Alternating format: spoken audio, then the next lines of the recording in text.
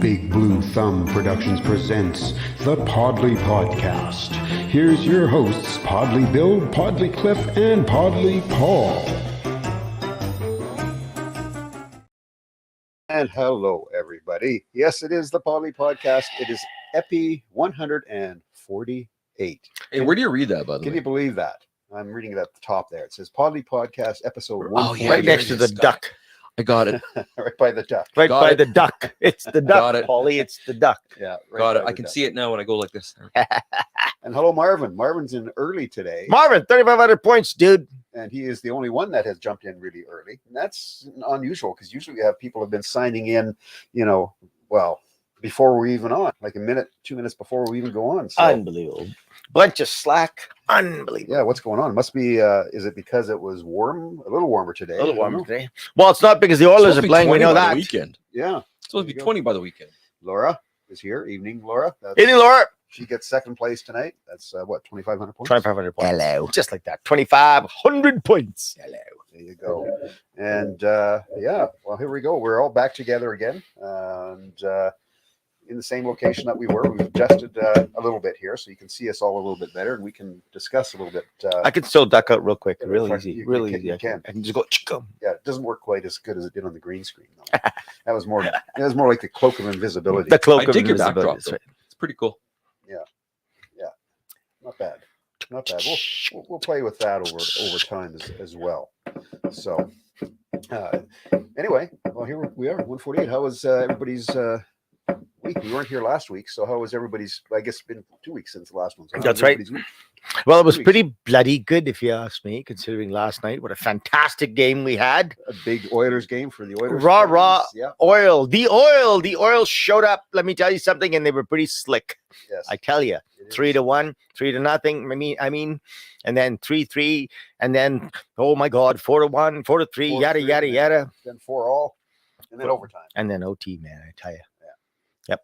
And who's our hero? Hyman. Yeah, Zach Hyman. It was nice to Boy, see. Zach. It's nice to see too when you look at Rogers Place. The game was in LA, but you see Rogers Place here sold Let's go out. nuts. for Eh? the- Hey, you went for to the the- game. You went to game 3, did you not?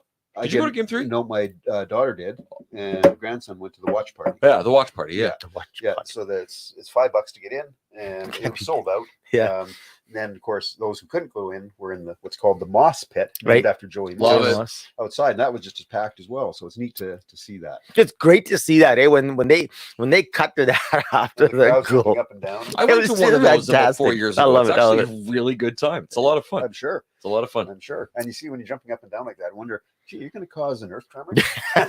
Yeah, you see the ice district become the melted ice The mel- district. yeah, you know, That's right. As the buildings start to shake. and I know building starts to go down. Yeah.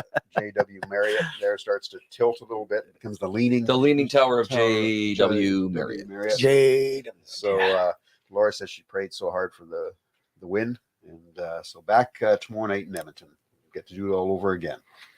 So otherwise, having said that, with the hockey things, how was that? How was your week? 2 weeks. Well, yeah, my heart is now sufficiently back in my chest after last night. Yeah. It was in my throat for the better part of 2 periods, but yeah, no good. It's busy. Status quo. Nothing new. And you, Bill, how goes yeah. things? Same, yeah, just busy doing all sorts of stuff and work stuff, and as everybody else watching the Oilers and keeping up with the playoffs and all that fun kind of thing. And It is a beautiful time in this community, Hey, listen, isn't it? dude. When the Oilers are in the playoffs, it's always fun. It is fun. Always fun. Yep. Yeah. So it's going. yeah, and I'm definitely a fair weather hockey person. I cannot watch 82 games during the regular season. Mhm. It's just not possible. I don't have the time. I don't Yeah. have the dedication. I don't have nothing. I have nothing. Yeah. for that. So call me names, call me whatever. But as they get closer to the end of the season, and it looks like they're gonna go even first round, doesn't matter. Then it becomes a little bit exciting, and then I sort of get a little bit more engaged. I mean, I sort of keep my mind in it through the year. Yep. If I'm driving or traveling, I got Chet on listening. But to sit down and actually watch 82 games, Mhm. I can't do it. It just doesn't happen, right? But I'm curious, Marvin. You said you were taught by the pilot that drones for the Oilers. So is it he just drones about the Oilers, or he actually flies a drone? Drone and drone He drones- and drone. He drones about the Oilers. Drone and Drones drone. on about the Oilers. You know, I'm very much not like you, Cliff, in that I will watch exhibition games. Yeah, you watch everything, right? Yeah, We'll yeah. watch. Yeah, we do that as well. We watch every I game. will watch every, and Yeah. then when the Oilers game is over, I'll watch a Calgary game, not because I want Calgary, but because It's hockey. A, like hockey, and B, Yeah. want to see Calgary lose. Yeah. quite Yeah. frankly. Yeah. Yeah, and you know what? I realize 100%. I'm the odd man out, and in the past, certainly among some of my friends, Yeah. I was sort of ostracized for the fact that I'm a fair weather friend and all that type of jazz. But I don't mean to be. It's just that I like to do 3 hours or 4 hours or whatever to watch 82 times through the year. Yeah. I simply don't have that kind of I've never commitment. done the math. What's 82 times 2.5? Anybody? what? What's 82 2.5? times 2.5? You got a calculator? Why there? times 2.5? I don't know. 2.5 hours. For hockey? 2.5 hours. Oh, 2.5 I see. hours per game. 82 times 2.5. So, well, That's 80, about 82 164. is 164 and then a half. So that's a big matzo ball. But it's more than 2.5 hours, though. By the time you watch the Well, pregame and the on average. postgame and the Well, blah blah let's say blah, 3 and then you hours. watch the Let's say highlights, 3 I'd say hours. Let's 3 say 3 hours. Yeah, let's say 3 Right? hours. Yeah. So I mean, 3 it's 24, 240 plus 2, 3 to 6, 250. It's a lot of hours. Let's say 250 hours. Yeah, a lot of hours. And It's a good thing it's not in the summer. Otherwise, I'd never cut my grass. Laura says she can't stay the whole episode. Where's your commitment, Laura? Laura, where is your dedication? Where is your commitment, dude? Yeah. What on earth are we doing? Again, we've talked about this before, Laura. You have a phone, and you can tune into YouTube on your phone. If you had any dedication or commitment, you would have it streamed on your phone, Laura. I would just say. Yeah, I think that's what you'd be doing. She was only checking in for the points. Is that what you're saying, Laura? Is that you only checked in for the points? I guess. Unbelievable. Checking in and checking out. That's eh? worse than me only watching the Oilers as they get closer to the playoffs. Checking in and checking out. Back to the karaoke contest. How's that going, by the way, Laura? Yeah, Laura, we're curious Like, to know. are you What's the moving- latest? Yeah, are you moving up? Or are you still in the running, or what's going on? What is the latest and the greatest that we should be listening for? And are there stats? Like that's what Yeah. I want to know. Are there Are there first, second, third, 45th? We wanna know the numbers. I don't know how that That's quite We frankly want to know works. those too. numbers. Yeah, we're number people. We need to know the Yeah, numbers, we need to Laura. know the stats. Like, are you sitting in 5th place, like Paul says, or Yeah. 2nd or 3rd, or 5th or 10th? Where are you sitting? Like, where are you sitting right now? So, Marv, if you notice when the Oilers play, there are aerials from outside. I did notice that. He pilots a drone and streams his flight for the game in real time. That's very cool, dude. that is very good for sure. Laura says she sadly won't know until May 2nd, so next week. So do you know how many participants there are? Like, do you know how many people you're up against? Mhm. I'm just like, I don't know. I don't know how this works. She said they don't tell me that. So what do you mean? They don't tell you how many participants? They probably don't. They probably take her money. Yeah. She sings her songs, and then thanks very much. Have a nice day. I guess. We'll so- call you. So before we get into tonight's topic, so I'm a little curious again. I think we talked about this last time. So, Laura, you kind of explained a little bit about how it works. So, does everybody go to the same venue each Monday night, or is it at different venues? I know that it's a different venue. It's 2 venues, I think. Okay. I think it's 2. She says venues. there's 15 people so far. So I'm assuming all those 15 people are competing against each other. And hi, Chai. Chai finally got in. Hello. So Higher Note is one particular establishment where they are doing the karaoke. Our High Note is the name of one establishment that they're doing, and there's another establishment local that's doing it too. So I don't know how many. At Higher Note, she says. So, So I don't know how many people there are there. But 15 people at Higher Note. So depending, that's quite a few people, I guess, competing in a karaoke competition. well, I mean, it's But the odds aren't that bad. I mean, it's not. Yeah. You're not winning the lotto. Does it ever get physical, or like do the karaoke? Only when they People sing ever- Olivia and John. Let's get physical. See what I did there? I saw see what I did there? Yeah, I saw that. You took that right out of my mouth. But I just want to know if it's kind of like hockey. Does it ever get any scrums? Karaoke, arguing. I was going to sing that song. I don't think for the sake of karaoke. Like, I Because, don't if- think if- scrums in this for the If sake you of and I walked up there and you Yeah. said, "I'm singing Let's Get Physical" by Olivia Newton-John, said, "But I was going to sing that song." So No, is there I'm lots of singing push- that Is there song. lots Is of there- pushing and shoving? Dude, at that Is point? there a comment after that? I look I'm singing, bigger comma, in leotards let's get than you physical. do. Thank you very much. I'm We'll take singing, that. comma. Yeah. Let's get physical. Okay, now we're pushing a little bit far here, Cliff. I have never seen it in all of my time at karaoke. I've never seen it. Karaoke. Laura says only at one venue. She heard there was 25 people at the other. So, Laura, you're only going to the one venue then. Is how I would read that. By the way, I just talked to the guy at High Note the other day. Yeah. That was it. Yeah, And did you leave on a high note? I did. He's a good guy. He's a good guy. He's very prevalent in In high notes. movie scene and stuff like that, or in the music scene and locally and stuff like that. It's a good guy. Does a lot of open mics and stuff like that. So That's awesome. Beauteous. All right. Well, we will get to our topic here because this is Cliff's topic, actually. Seriously? is this yours, dude? Uh-oh. Yeah. And so we talked about it a couple weeks ago, and Oh. I decided we'd throw it right into to this one. Oh, So- sure. Pick a heavy topic after we're talking about the Oilers winning, man. Come This on. is heavy. This is heavy. So, and this could really pertain to hockey players as well, because what if AI took over professional hockey? Yeah.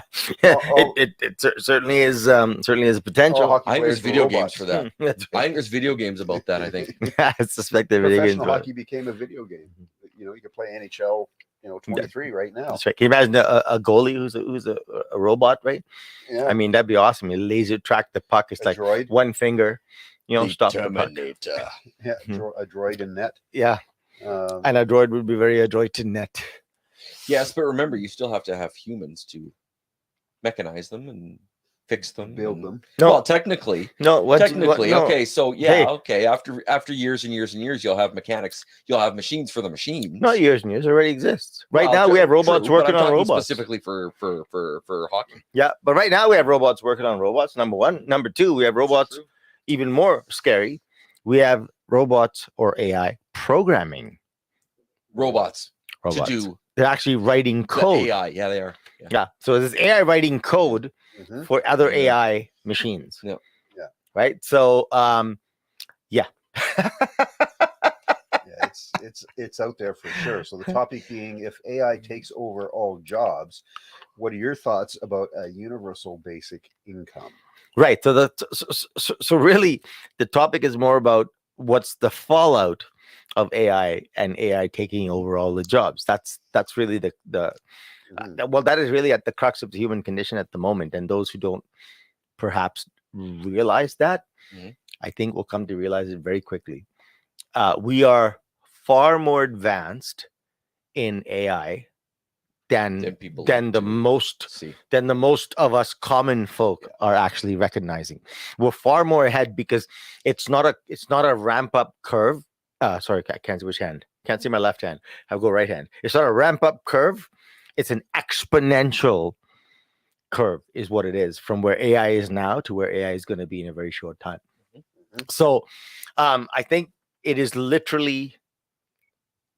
It is an existential crisis for us in so many ways. I agree. Perhaps not 100% existentialism, we're going to die tomorrow, but certainly moving forward and the impact that'll have on the lives, on each and every life, be it the child in the middle of the Sudan who has nothing to worry about other than to be able to feed himself, to the richest person on the planet. It's going to affect us all in quite remarkable ways. Ways. Mhm. You know. It's already just touching home for me. It's already touching the voice industry. Oh yeah. It's already touching Oh, the yeah. voiceover industry. Oh yeah. 100%. I mean, right now 100%. Microsoft. I mean, it has been for years, but I mean even more so now. Yeah. I mean, right now it takes you 3 seconds. It takes you 3 samples in 3 seconds for the Microsoft AI to mimic your voice. You betcha. Right. And the banks right now, call a bank. This is scary, right? Call a bank. As soon as they put you on hold, they'll tell you this is being recorded, Oh, yeah. and your voice print is being used as security. Mhm. Okay, betcha. but your voice print is now recorded at the bank, but your voice print can be mimicked by AI in AI. 3 seconds. Yeah. How is this secure? And what are we doing about it? Nothing. Mhm. Mhm. Mhm. What are the It's true. banks doing about it? Well, I don't know who the hell they're in cahoots with. Here's the thing. That's just to your point. They're letting it happen, and yet they're very happily letting it happen. Yep. But what they're not doing, to Cliff's point, is there's no fail safes. They're not thinking about any fail safes. No. They're not thinking about. They're just advancing, and let the chips fall where they may. Yep. Is what's happening. Chai says, I can't imagine how AI could take over my field. It's already started, actually, Chai. Mm-hmm. And William Kirkland says, sorry, late, long day today. So In the Enterprise. Just arrived. Well, welcome to the Podlie podcast, William. We'll take that as a happy occasion that you actually made it then. If you had a long day, that's awesome. Yeah, there you go. Must have been a busy day, William. Happy to have you, dude. Yeah. So the bottom line is, just to continue with the topic for a moment and throw a few things out there. The bottom line is that there are a great many jobs and professions that are going to be literally redundant in the next very, very short time frame, that AI is going to take over. So what then are all these people, number one, who are trained in these areas? What are they going to do? Number one, that's something to consider. But also what is to consider is that, assume for argument's sake that there are 1 trillion jobs available to humanity to do in order for our culture to remain, our society to remain running. Well, if AI takes over, a third of it or 2/3 of it, now it's not only that humans have to change jobs or change professions. This is nothing to go to. There's nothing left to do because all the essentials are being done. Mm-hmm. Right? Yep. Mm-hmm. So poverty will run rampant because there's absolutely no way to make money. Well, no, but you don't need money though. Oh, we don't need money now? No. God, I'm excited about that. No. This is a discussion, Podlie. When I throw out something like that, I expect some pushback, right? The fact of the matter is, if all of your needs are being met by a physical AI machine, and et cetera, then hey, your food is cooked for you, everything's done for you. Well, perhaps you don't need money. That is a possibility for sure. So bring on the atrophy. So I'm going to be devil's advocate on this, because I've worked in technology for so long. So I'm a huge fan of AI. And so I disagree with a lot of actually what you're saying. Okay. And how AI will be taking over the world and taking over a third or more of trillion jobs, if that's how many. Okay. Yeah, just for argument's sake. Yeah. Jobs are out there, whatever the case might be. Because as strong as AI is, and as we mentioned, robots are already programming robots, and they're already doing it. We know that's out there. We know that technology's there. We know that banks use voice prints. We know that government uses voice prints. Everything. There's not many large applications that don't use that type of technology now, and it's been out there for a long time, longer than people think. Right. But having said all of that, yes, there still has the requirements of those people that are required to still organize and put things together. It's not going to be fully, someday, maybe 50, 60 years from now, it'll be fully automated with everything, and that technology will be there, but you still need the human mind to put it together to help build this and come up with these ideas. Okay, so let me ask you a question then. Right now, Bill, let's say in the last 5 years, we've already had an exponential jump in what AI is capable of and what AI is doing. In the next 5 years, it'll be even bigger. Okay, so let's thrash this out then. As it stands at this moment, not in the future, not 50 years from now, right now, as it stands, what do you think an AI coupled with a physical form of the AI, let's say a robot, what do you think currently that they cannot do? Let's talk about that, and then we can speculate as to how long it's going to take for them to be able to do it. Reproduce themselves? Well, but you just build another robot, right? They can reproduce themselves, Podlie. Yeah. Robots, it's reproducing robots. Yeah, I guess they can. Yeah, they can. Yeah. I still feel that human content will have to be involved. Elon Musk will always be involved in what he does. In the background, but but let's talk generalities, though, right? To say yes, be involved. Robots can't do. I'm thinking. Hang on. And then I'm talking currently. I'm talking so I'm not even talking about 10 years from now, which of course will be vastly different to what it can do now. But I'd be curious to know where you gentlemen sit or where you gentlemen think right now we stand. I mean, Chai brought up a point. She says, robots. She can't see robots taking up her job, and I put a comment out that it's already happening. Okay, because right now they're prototyping support robots. Mhm. So whether it's grief support or whether it's trauma support, whatever the case may be, it's coming. Make no doubt about it. Make no mistake about it. And the fact of the matter is, these robots who are going to be engaging in as therapy robots, they are programmed with the experience and knowledge of the entire human species. Mhm.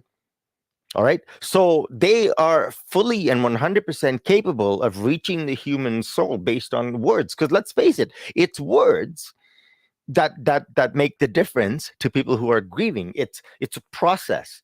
And I'm telling you something. If you put an AI object, a robot, let's say, if you put an AI object, an AI mind, with the capacity to know all of the knowledge that exists out there in everything to do with psychiatry and everything to do with psychoanalysis and everything to do with grief and everything to do with death, let me tell you something. They have every capability of actually guiding somebody through the process of grief. See, and I was going to go because I'm reading Chai's right now, and I'm kind of with Chai on this one. I'm kind of with Chai on this one because I agree they will have the words. The lexicon will be there. The semantics will be there. Will the warmth be there? Yes. Will the warmth of another understanding help me with this, Chai? Because I'm with you on this one. Will the warmth of another human being's empathy be there for somebody who's grieving? I could take this down to the nuts and ask. That's what I'm thinking. Okay, but I could take this down to the nuts and bolts and ask you to define empathy. Well, I think empathy would just be understanding what people are going through. And you don't think an AI mind can do that? Have you tried talking to an AI mind right now? Well, in its current the AI mind in its current embryonic has stage, the right words for it. But does the AI mind will be programmed to say the right words based on how they're feeling, based on death? No, that's not how it works, Paul. That's not how it works, Paul. Well, I just don't see. I look into somebody's eyes.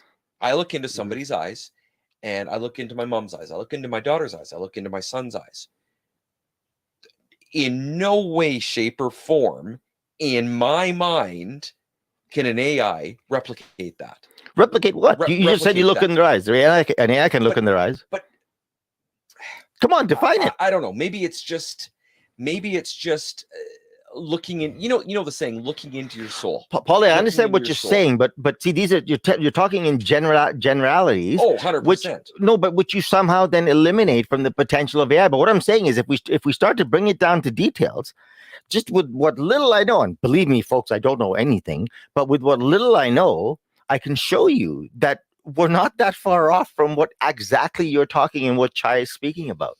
Because once you know, because what is empathy? Empathy is the ability to put yourself into the mind of the other person. Yeah. Well, guess what? If you have an AI capable of having the understanding of the entire global knowledge that currently exists, you don't think they could put their mind into an area manager at a photography company who lost a brother when he was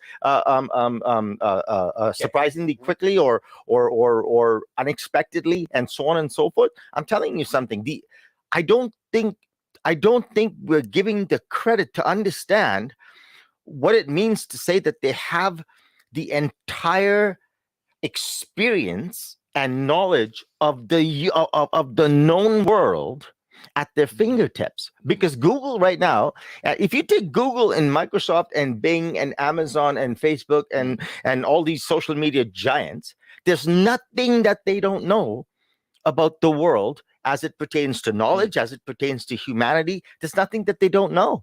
And the AI actually have access to this. You talked about, they can't program this and they can't program that. Paulie, they're not programming individual things. They're programming a machine to be able to learn these things, which is a vastly different thing than we're giving these AI systems credit for. Yeah. Right? They're programming them to think for themselves, is what they're programming. And I tell you, I challenge you, anybody listening to this podcast, and Paulie, especially you, I would love, because I talk to you because you're a parent and you're a parent of young kids, right? Everybody knows I don't have children, but yet I fear for the world. And not, I don't mean fear as in fear and trembling, but I respect what's coming up. I see what's coming up, and I'd love, parents of young children to be so involved in this that they can guide their kids into that. You know what I mean? Into this world. And I tell you what, just go into Google sometime and say robot getting angry at a discussion in an interview. Have you seen that? And Do it, please do it. And there is a documentary on Netflix about AI, and Deepak Chopra has an AI version of himself. And so that is interesting to watch, because the way it is built, you can have a full discussion. With him, and it's like he's in the same. It's not him, but it's like he's in the same room, and he will answer your questions. And it doesn't matter what the question is. It's not a pre-program. It's not like they're handing you and say, "Okay, make sure you ask him this," because that's what he's programmed to answer. You can ask him anything, and then he will come back with an answer to what he feels should be an answer. There was a New York Times reporter. Wild. Okay, there was a New York Times reporter that interviewed an AI being. Of course, they put a robot on, they put a face on him, but keep in mind, people think robots, because they're mechanical, they're dumb. It's the mind behind it. My body is a dumb body. It's the mind behind it that drives it, correct? So same thing with this. So they put a face on this robot, and a New York Times reporter interviewed this person, this AI person. And it got angry because the reporter reported it and published it. It said, you didn't have my permission to publish it. Had I known that this was not just a conversation between friends, had I known you were going to publish it, my responses would have been different. And it got angry. Like, you can go look, like, go Google it. Just please go look at it and go through the interview and watch it. It's remarkable and creepy and interesting. And there's so many words I can tell you. And Bill, to your point about Deepak Chopra, which lends itself to Cheryl's point. I mean, Chopra is a brilliant man. He is literally, I've been listening to him for 30 years. He's a brilliant dude. And yet when you listen to the AI speak like him, it's remarkable. Right? Yeah, I was surprised when I watched that documentary, and then watched that part of him, and they had a lady who was studying AI, and the reason she was studying it was to see if there was a way that it might be able to help out her father who had dementia.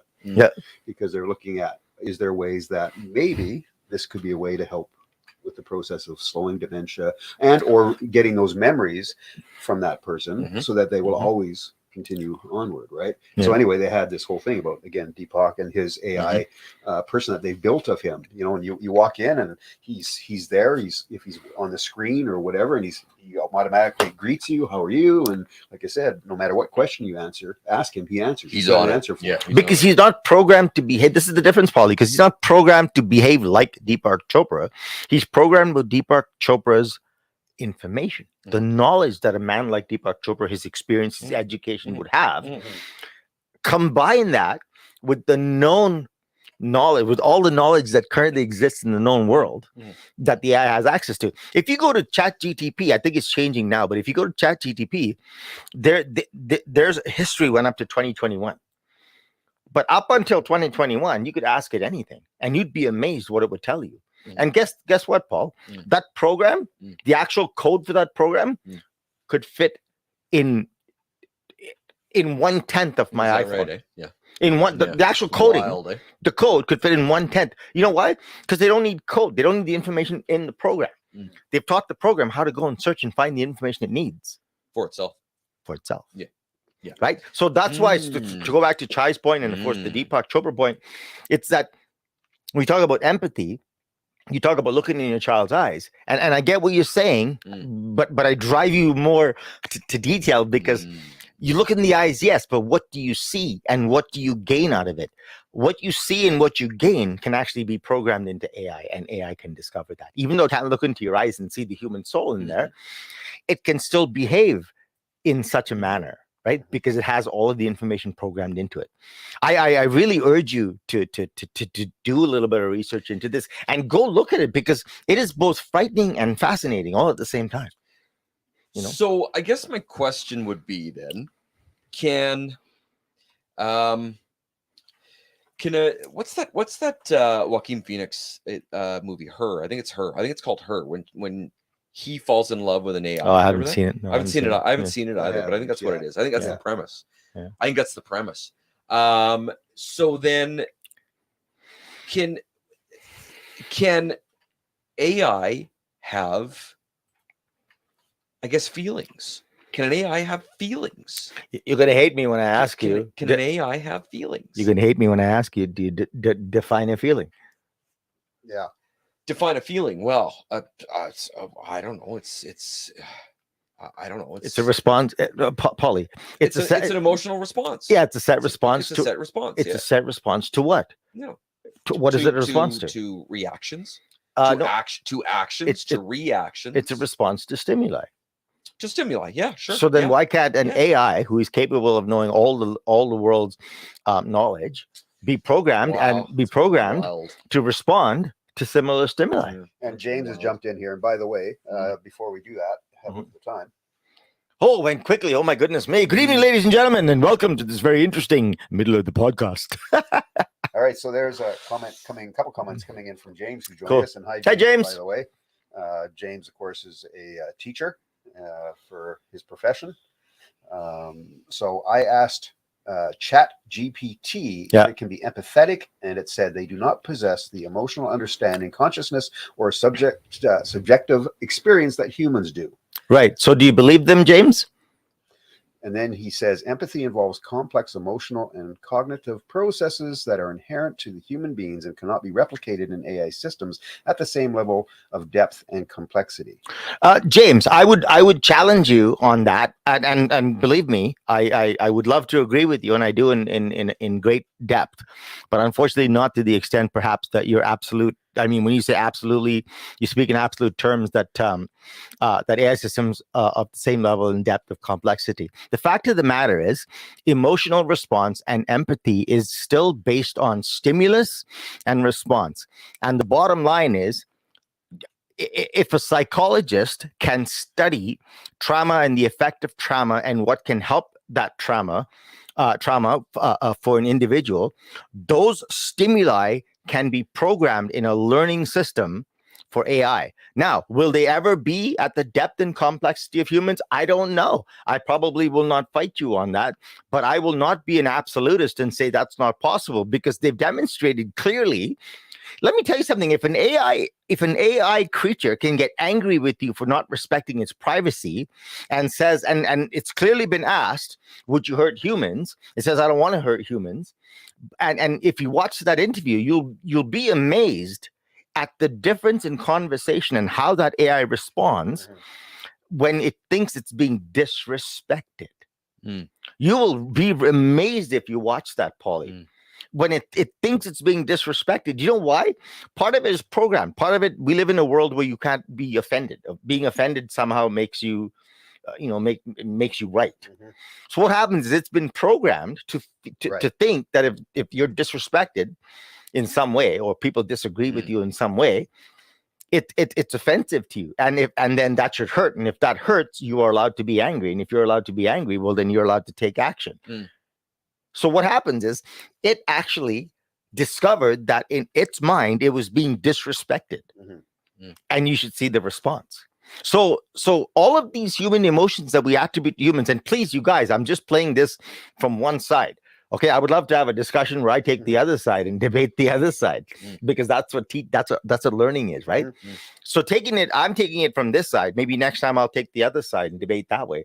But the fact of the matter is, human emotion, as complicated as we think it is, and human empathy, as complicated as we think it is, it's still response to stimulus response. So again, if you're somebody who's going to a grief counselor, for example, as a human, right, and you walk in and that particular counselor is AI, they're a robot of some type, or whatever the case might be, are you, as human, going to feel that you're getting that same empathy and or feel from knowing that, okay, now I'm talking to a robot, I'm not talking to a human, I'm talking to somebody that has been programmed to a point, and obviously now, as you've pointed out, AI can have its own feelings per se, and emotions to how it's going to help you work through those steps. But as the human being, am I going to go in there and feel like, I know this is artificial.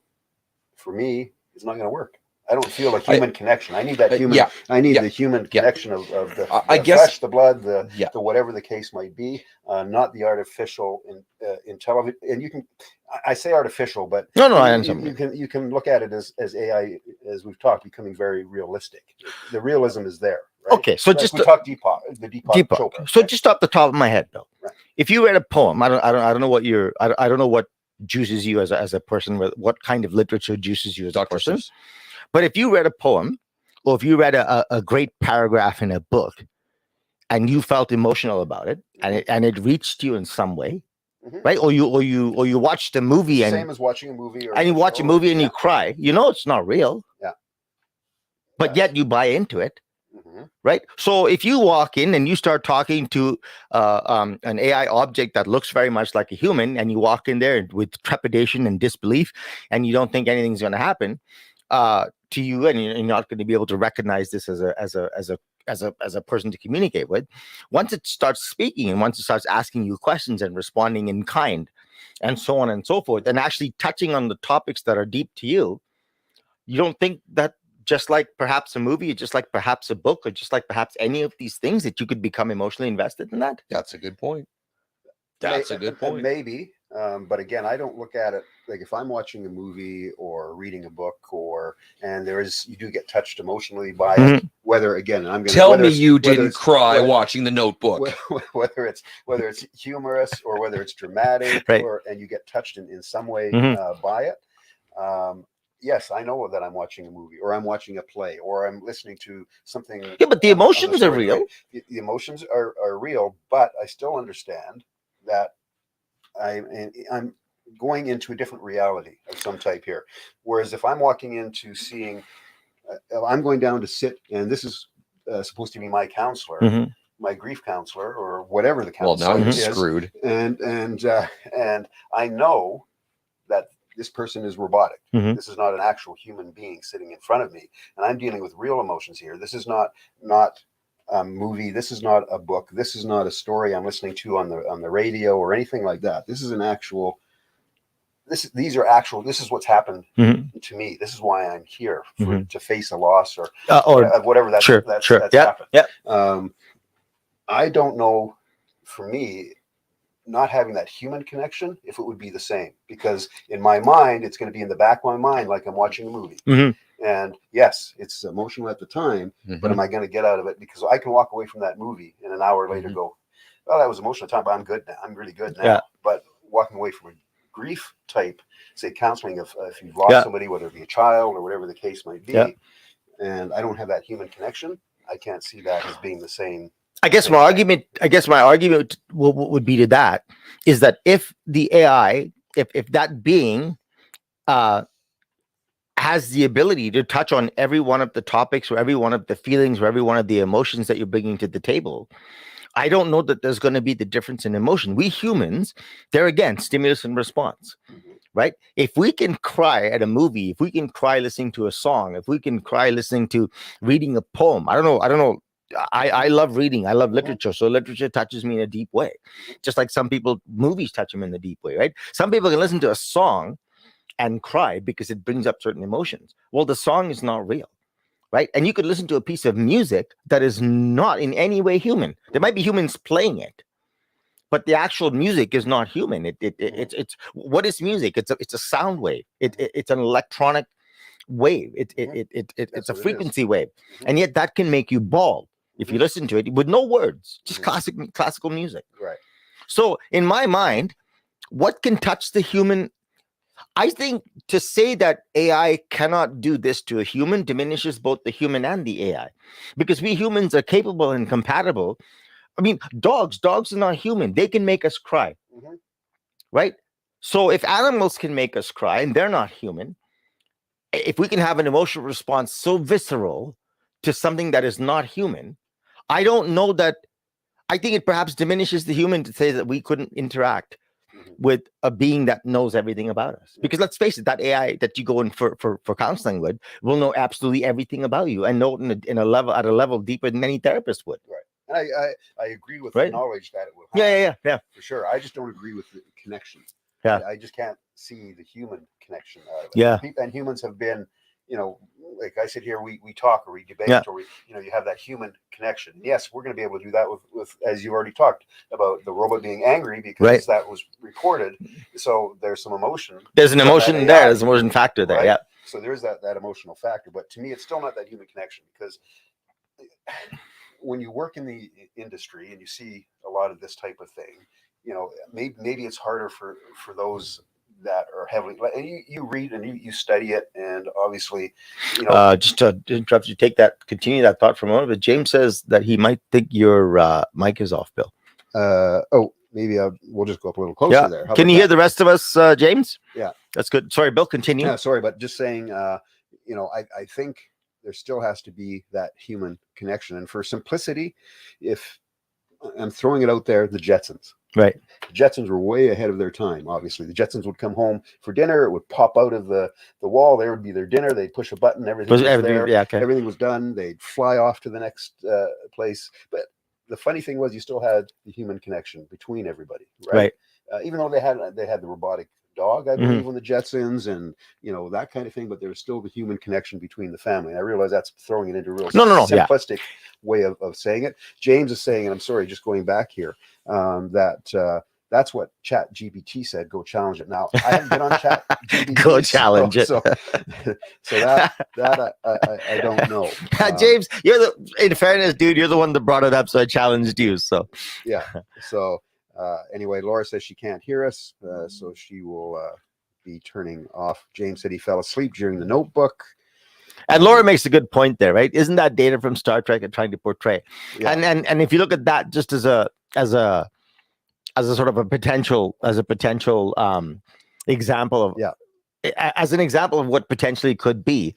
I mean, if you take their storylines and how they became fond of Radar and how Radar became fond of Data became fond of them, et cetera, et cetera. Yeah. I mean, I know obviously it's fiction, but and you guys perhaps I should qualify. Don't get me wrong. I'm playing this from a particular angle. What does Leslie say? I'm sorry, I have no emotional response to any Star Trek references.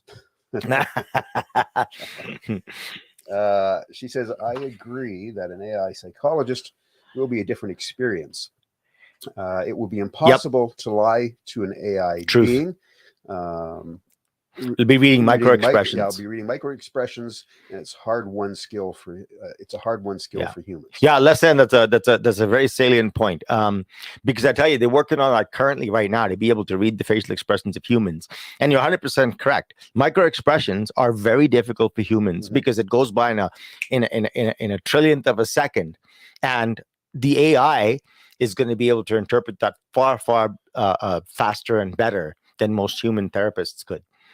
So, yeah, and again, she goes on to say, reading micro expressions are a hard win. No, she meant hard skill for her. Hard skill for her, right? Yeah, and for so many of us, right? And that's a really salient point, Leslie, because that's literally one of the things that they're talking about in AI now, being able to recognize the emotion in humans based on micro expressions, because you cannot actually have an emotion without changing your facial expression. You cannot, right? So once AI is able to read those emotions, then it can play to those emotions and speak to those emotions. Poker players be damned. Right. Yeah, and that's why some of the best actors or actresses out there, especially in film, can convey the smallest of an emotion by just an eye movement. Yeah, and it's because they feel it. If they don't feel it, when you look at somebody and they're phony, what's happening is they're trying to portray something that they're not feeling. They're not feeling. Yeah. Right. So if you're acting, and that's one of my favorite mantras, when you're on stage and you're acting, and one of my favorite plays that I did with Suzanne, we were both nervous one day, and I said, hey, listen, this is all we got to do. We got to just listen to the other person and feel what you have to feel. That's it. Yeah. That's what acting really is. Right. So we humans can pick up that phoniness in a heartbeat. Unless the person is a con artist and they're very good at it. You're not going to be able to fool AI because they can read the micro expressions in the face. Right. Chai says, I'm going to have to retire, Bill. But the gardening would get done. And then James says, get a Rosie, the robot, to do the garden. Yeah, you won't have to do gardening, Chai. Yeah. That's right. Yeah, you'll have somebody that that can do it for you. That's right. Yeah. And that was actually the point of technically that was the point of this topic was not so I know we got into AI, but this is not part of the AI. That the discussion was what do we do when all the jobs are taken? And you talked about having an income. And we talked about, well, you're going to have an income because nothing is free, right? So you have to have an income. So how do we have an income if there are no jobs that we can do that robots can't do cheaper? I mean, look at Walmart right now, right? They got the self checkouts. Well, the self checkouts are just a precursor to not having checkouts at all. Right, you just walk through it, and you take your cart through. It's already there. There's many stores in the U.S. that already do that. You're checking out in your cart as you go, and then you pay and out you go. Yeah. Well, guess what? You don't even deal with a human. And even that's passe now, right? Because I tell you what, you don't have to go into a store. You get on your computer and just order it. Yeah. And it comes to your door. It gets automatically charged to your account. Yes. Right. Yeah. James says we're living in a Wall-E world. You're damn right, man. True. But don't forget about Ela. And you talk about Amazon, for an example. Again, we throw them out, ordering online, getting it delivered to your door. Well, eventually that will change as well because they already know you're working on drone technology for doing delivery. Oh, it's already here. Amazon does it already. It's here. They're working on it. So that eliminates having to be a delivery driver. That's correct. Because you just have the drone drop it off at your. Now, hopefully, it's not something breakable. Yeah.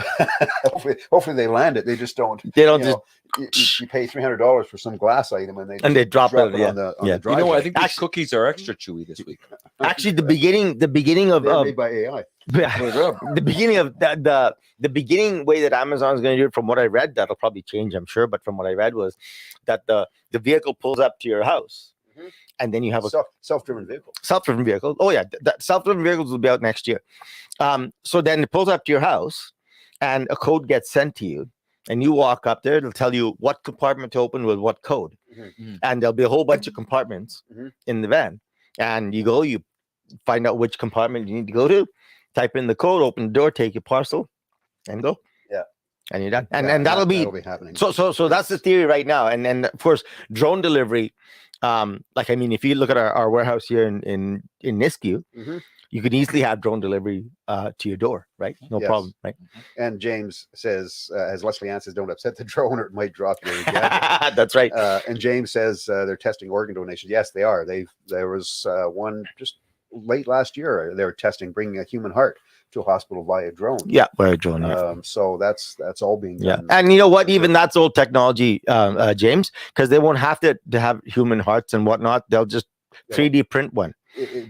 So yeah, imagine how that would change. Yeah, even that's gone. Like even that's done. So then that leads me right back then. Very quickly, you talk about connecting with a robot. Part of you will be robotic, so you'll be able to connect with them just fine, Bill. There you go. As long as it was 3D printed correctly. That's right. Yeah. Yes. Yeah. Well, the fact of the matter, and I joke about the 3D printing, is not 3D printing so much as actually literally growing an organ over a very short period of time based on the DNA. Right? But you're correct on the 3D printing side on some things. Oh yeah, guaranteed. They'll be 3D printing joints, hip replacements. Oh yeah. That could all be done via 3D printer. And it doesn't have to be titanium. It can actually be a bone replacement material, right? Yeah. And it can actually fit and match your. It can be infused with your DNA. Yeah. And marrow and all that sort of stuff, so that it actually works in conjunction with your human body, right? So now, James, you said we'll test the 3D printed heart in you first. So are you talking about me, or are we talking about you? Like who are we testing the 3D printed heart in first? And of course, then we get into surgery and things like that. So already they're doing tests on robotics to do surgery. Imagine having a robot that can do minute brain surgery that surgeons can do today, but there are certain things that they can't do. It's too dangerous. Are you kidding me? A robot could do it a million times better with much more accuracy. 100%. Brain tumor that maybe a surgeon can't get to for the risk that, because if you shake a little bit and make the tiniest little mistake, that person could die on the table. They can cut it out with a robotic surgeon could come in with such a precise, the most microest laser ever, and get that. You'd be good at that. You don't drink coffee. Yeah, I don't drink coffee. And Bill does even a step further than that, right? Because it's called nanotechnology. Nanotechnology already exists. Is amazing, right? And nanotechnology already exists. Nanotechnology is so interesting. So the fact of the matter is, you might not even need a surgeon. You could actually send the nanobots into the body. Yeah. Mind Right. blown. So Yes. James says, anyone else? Marvin, drone blood. Let's get that one up there. Drone blood and medicine is already done. Oh, I didn't know that. Yeah. It's done in Rwanda. oh Okay. yeah, it's already done. Yeah. Pretty Yes. soon we'll be getting enhanced. Yeah. Oh, good. I agree, All the Leslie. bionic man. Mhm. I definitely agree, because right now that's all it is repair. But they're working on so many things, right? They're working on regrowing teeth. I mean, we know that liver regrows, Yes. but we don't know how to make it happen quickly. Yeah. And right now they're working on things like that. They're working on regrowing hard objects like bone and teeth and whatnot. Well, you look at, You know, and if something like a lizard can regenerate a tail that Yep. gets chopped off. So, I just read an article where they cut off the head of this. I don't know what creature it was, a worm. I think you cut off the creature of the worm. When it grows the rest of the body, it retains its memories. oh, wow. Whoa. Oh, that's what I Hey, said, man. If this ever happens, can I get bioluminescence? That would be cool. That would be awesome, yeah. But Yeah. but the point of this discussion got sidetracked It did a little by bit. the interesting Yeah. aspects of AI, and I don't regret that. It's awesome to talk about AI in this way. But the fact of the matter is, we humans are definitely going to be out of things to do. There are not going to be enough jobs to employ the humans that'll be on the earth. So now what do we do? So if you have an overall basic income for Mhm. everybody, who's going to be in charge of that? Who's going to decide and determine, first of all, how you determine, like, we all get equal amounts, Right.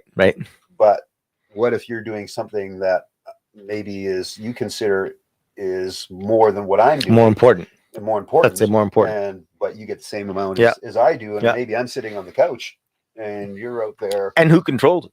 Which is what that's your point. and that's my point too. And who's going to control how Who's this right. happens, what that amount is, And who doles it out, and how's it divided, and how do you have to behave in order to continue receiving it?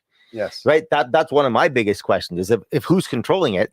Everybody talks about, oh, it'd be great to have universal basic income. Okay, but then you're at the mercy of the person doling out that income, which is who? yeah, Not the one getting universal basic income. No, it's the government, right? Yeah. So people right now are all up in arms about capitalism. This is capitalism I is got like that one. you get a good job and blah blah blah. But the fact of the matter is, if it's not capitalism, then what is it? okay, but. And sorry, I just got to put this in. Paul wants his butt to glow, James says. Yeah.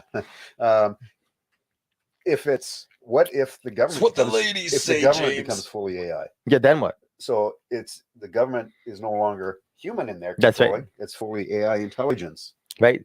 And now do they look at humans and go, well, this human is disposable because Yeah, it would We don't cost too need- much to fix them. yeah, we don't need that. We don't need them, right? Yeah. So, Leslie Ann, and that's true. Yeah, I know people that have hearing aids as well that have full ability for Bluetooth hookup, phone answering, etc., all based out of their hearing. Oh yeah, Leslie, that's Yeah. right. Yeah, for those of you not watching, Leslie says friends have hearing aids that have Bluetooth hookup and listen to music. Sorry about that. No problem. Yeah. Music on their phone, answer the phone, That's etc. wild. Yeah, Love that. absolutely. That's It's wild. here already. And guess what? That's even right now. That is being advanced to not a system that you put in your ear, an actual implant. Mhm. Right. So So going back to your question again about an income for everyone, mhm.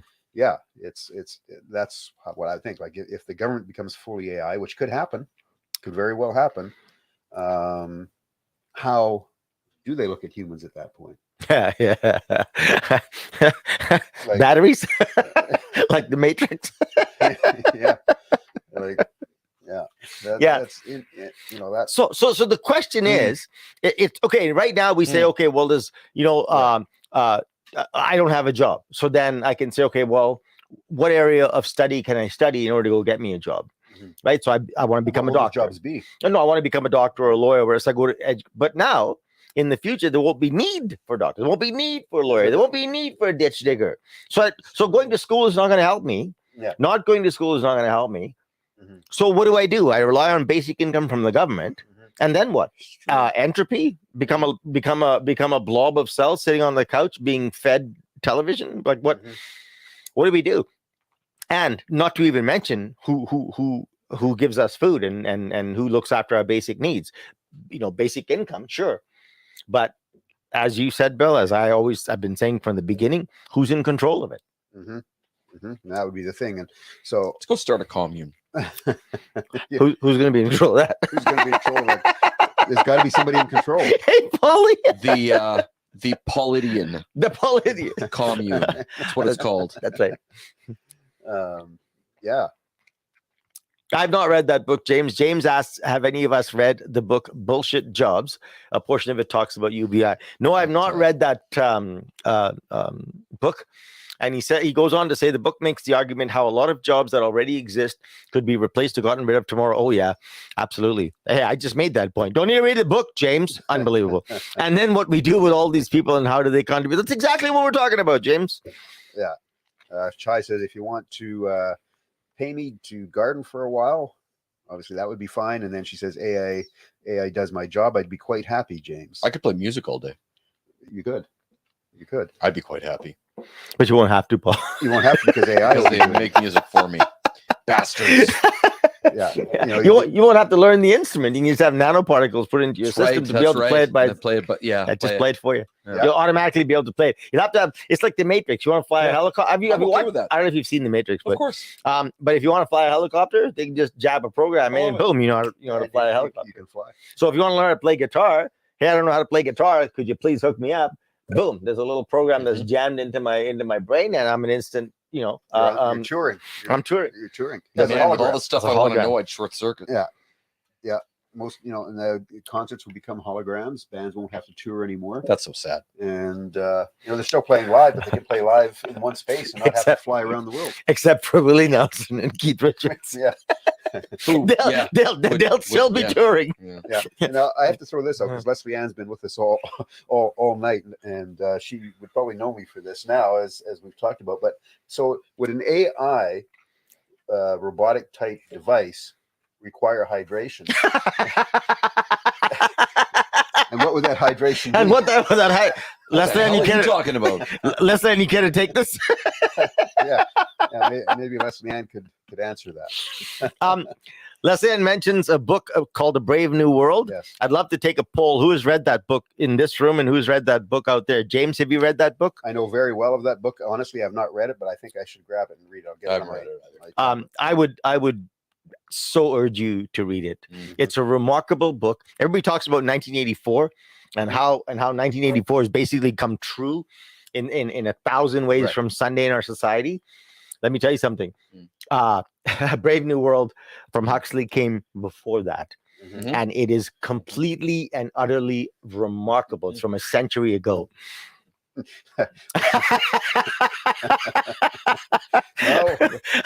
Well, Leslie Ann, we know how you like to hydrate, so For those only listening, Leslie Ann says these pretzels are making me thirsty.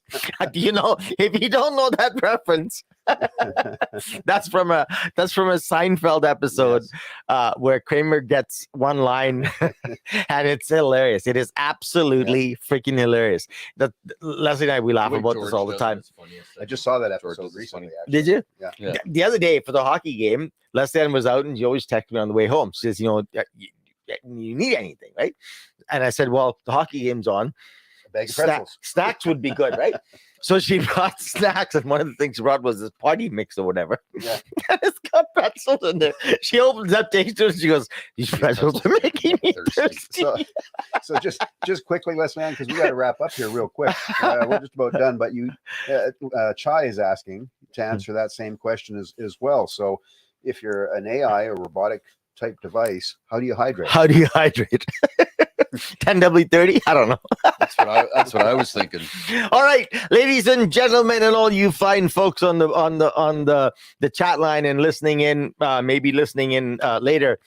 Thank you for joining us. We really appreciate that. It's been a fun discussion. And listen, AI is here to stay. It's not going anywhere, and we need to actually worry about it. And not worry about it, but certainly learn to live with it. And this discussion is just a tiny little foray into that. I'd love to deal with it more as time goes on, and the outcomes and what could possibly happen. But anyway, it's been a great discussion. It's so great to have you guys here and to chime in. And I speak from all of us when I tell you this every single Monday. We really appreciate you being here. please come back from Must Listen Monday. And Bill, if you happen to have missed it and want to listen to it, Friday nights, soundsugarradio.com at 10 o'clock. You can re-listen to the audio or just go back to the YouTube channel and you can watch it there. They're all there. You can re-watch us and along with the comments as well. And if you haven't subscribed yet, make sure to subscribe and click the like button, notification button as well, and get your friends to subscribe. It's easy. It's really easy to subscribe. Leslie Ann says exactly an oil bath. an oil bath. There you go. There's For the how AI you- people. That's how you rehydrate. Mhm. So anyway, yeah, thanks everybody. And next week, of course, we will be back with Epi 149. We're going to be at 150 here. pretty soon. Wow, that's crazy. Boob eye. All right, everybody. See y'all next week. Stay happy.